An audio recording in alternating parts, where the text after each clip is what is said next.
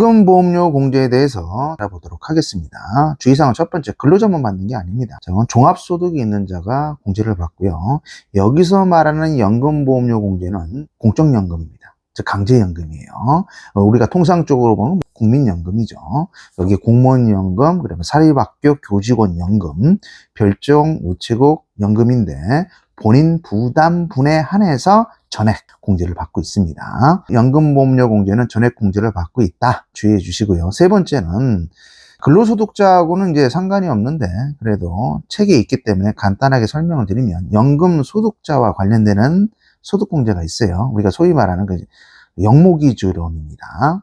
세법책에서는 주택담보노후연금 이자 비용에 대한 이자 비용이에요. 200만 원을 한도로 해서 종합소득세 신고할 때 연금소득자가 공제를 받습니다. 전제조건은 참고로 종료일 현재 기준 시가입니다. 여기 주택가격이라고 하죠. 1세대 1주택입니다.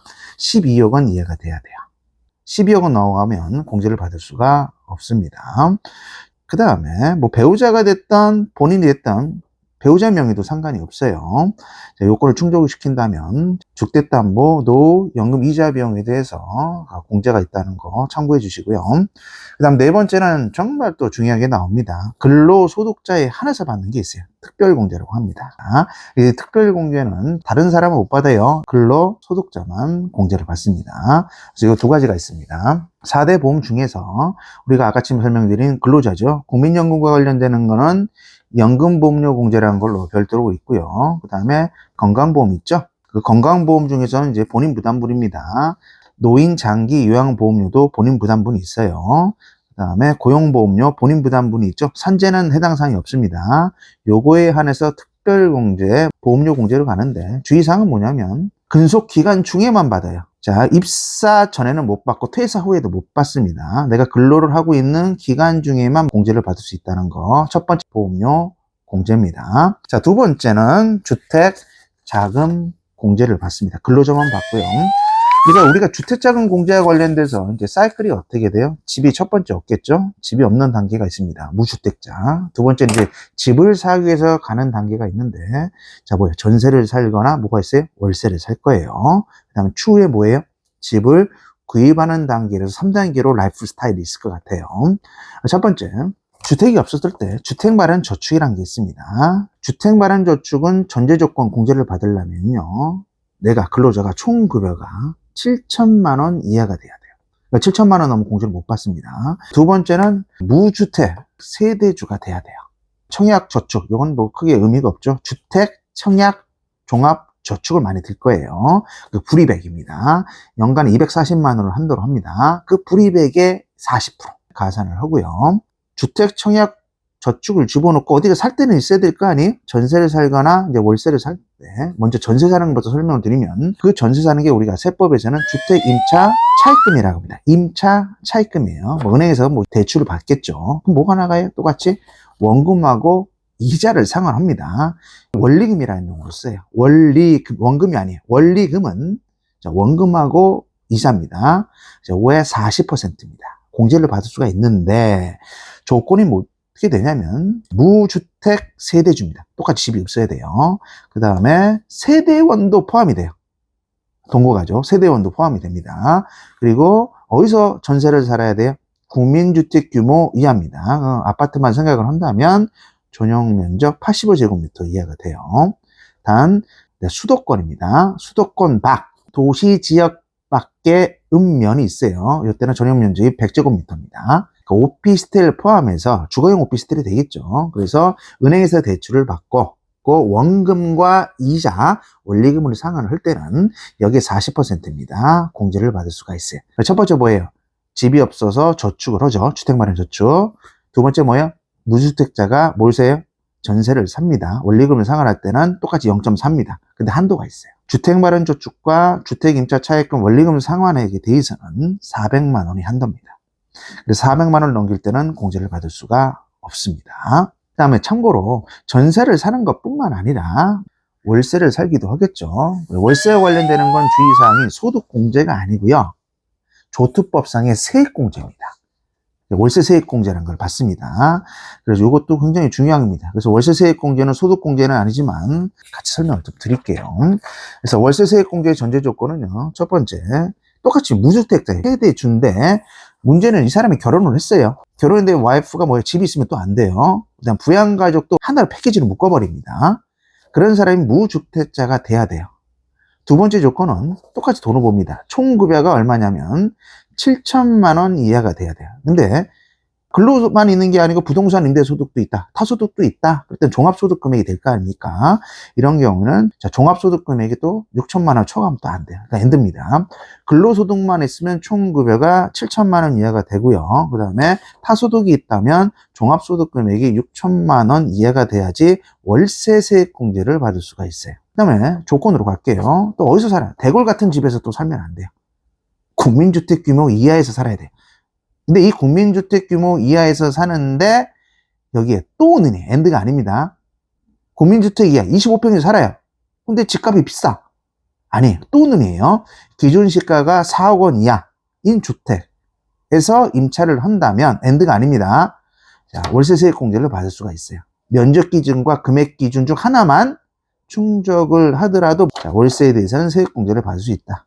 요거 좀 조심해 주시고요. 이 주택에는요, 우리가 통상적으로 말하는 주택뿐만 아니라, 자, 오피스텔, 주거용 오피스텔 오케이. 그 다음에 고시원도 포함이 됩니다. 자, 요건 자체는 이제 충족을 했고, 그럼 얼마만큼 세액공제를 받는지 봐야 되겠죠. 급여 조건에 따라서 0.15 또는 0.17만큼 공제를 받고 있고요. 조건이 1년 동안에 낸 월세액이 있습니다. 그 월세액이 750만 원과 비교해서 미입니다.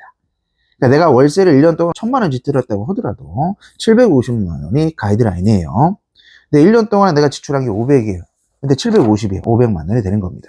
그 나온 금액에 뭐를 곱해요? 세율을 곱합니다. 자, 총급여 기준으로 따져서 5,500입니다. 그 다음 근로소득 금액은 얼마가 돼요? 종합소득 금액은 4,500 기준이 됩니다. 그래서 그 이하로 갈 수도 있고 올라갈 수도 있는데 그 이하로 갈 때는 세율이 0. 어떻게 돼요? 자, 17%고요. 그 금액 아까 말씀드린 5,500과 4,500만 원이죠. 그 초과될 때는 15%가 되는데 제가 총급여가 7천만 원 있고 종합소득 금액이 얼마나 했어요? 6천만 원 넘어가도 아예 공제가 안 돼요. 그래서 세율 적용할 때는 17%와 15% 세율 적용을 받을 수 있다는 거 유념해 주시기 바랍니다. 월세세 공제 많이 받습니다. 근데 본인뿐만 아니라 동거가족까지 다 포함이 되고요.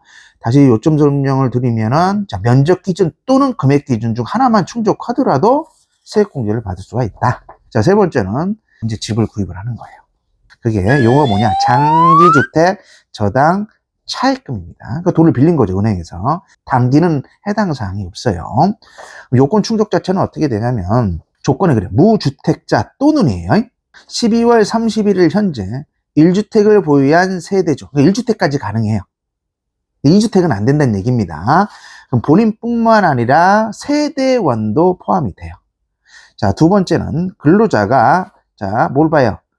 주택을 구입을 합니다. 분양가까지 포함을 해요. 근데 뭐 고가주택이 되면 또 안 돼요. 국세청이 봤을 때 그 금액이 얼마가 돼야 돼? 5억 원입니다. 5억 원 이하의 주택을 구입을 했을 때입니다. 5억 넘어가는 공제대상에 빠지고요. 그럼 은행에서 대출을 받으면 20년, 30년, 15년 이렇게 가겠죠. 이런 경우에는 자, 원금도 있고 이자도 이제 갚을 겁니다. 공제 대상이 되는 건 원금 회생 세제택이 없어요. 세제택이 없고 이자 상환액에 대해서만 100% 공제를 받고 있습니다. 그걸 조심하세요. 그게 주택 임차 차입금하고 차이점입니다. 그래서 100% 이자 상환액 공제를 받는데 이게 좀 까다롭습니다. 장기란 용어로 설명드렸는데 제가 좀 나눠서 좀 설명을 좀 드릴게요. 자, 요 규정 최근 것만 볼게요. 2015년도 1월 이후 개정된 사항만 좀 설명을 드리면 장기 개념 일단은 10년은 넘어가요. 그래서 10년에서 15년 사이가 있고요. 15년을 초과하는 경우 둘로 쪼개집니다. 말 그대로 빚을 갚아야 돼요. 그래서 10년에서 15년 사이는요, 고정금리 방식이거나 또는입니다. 비거치식 분할 상환 방식, 거치가 아니고 비거치식 분할 상환 방식인 경우에 한해서 자, 연간 300만 원입니다. 300만 원만큼 한도로 해서 공제를 받고요. 자, 15년 이상이란 가정하에서 막 쪼개집니다. 조건이 어떻게 되냐면 고정금리와 변동금리가 있는데 고정금리가 변동금리보다는 금리가 높습니다. 근데 세무서에 봤을 때는 고정금리입니다. 고정금리 이 고입니다. 그거 거치식이 아니고 비거치식, 막바로 그냥 빚을 갚는 거예요. 비거치식 분할 상환 방법을 채택을 했다면 최대 한도 금액이 1,800입니다. 여기서 보는 금리 요건도 보고요. 그 다음에 빚도 계속해서 갚는 비거치식이 돼야 돼요. 두 번째는 제가 고정금리가 아니고 또는이에요. 비거치식 15년 이상이면서 그때는 어떻게 돼? 이자 상환에 대해서 1,500만 원을 한도로 해서 공제를 받습니다. 세 번째는 기타입니다. 이 두 가지 요건이 충족이 안 되고 15년만 충족을 했을 때죠. 이들 한도가 500이 됩니다. 그래서 요점 정리를 하면은요. 첫 번째, 주택 마련 저축. 두 번째는 장기 임차 차입금, 원리금 상환액 40%짜리는 400만 원을 한도로 해서 공제를 받고요. 지금 설명드린 집을 구입했을 때 장기주택 저당 차입금 이자와 관련되는 100%짜리는 조건이 1,500짜리, 그 다음에 500만 원짜리, 300만 원짜리로 나뉘어서 공제가 되고 있다는 거, 이 부분 유의해 주시기 바랍니다.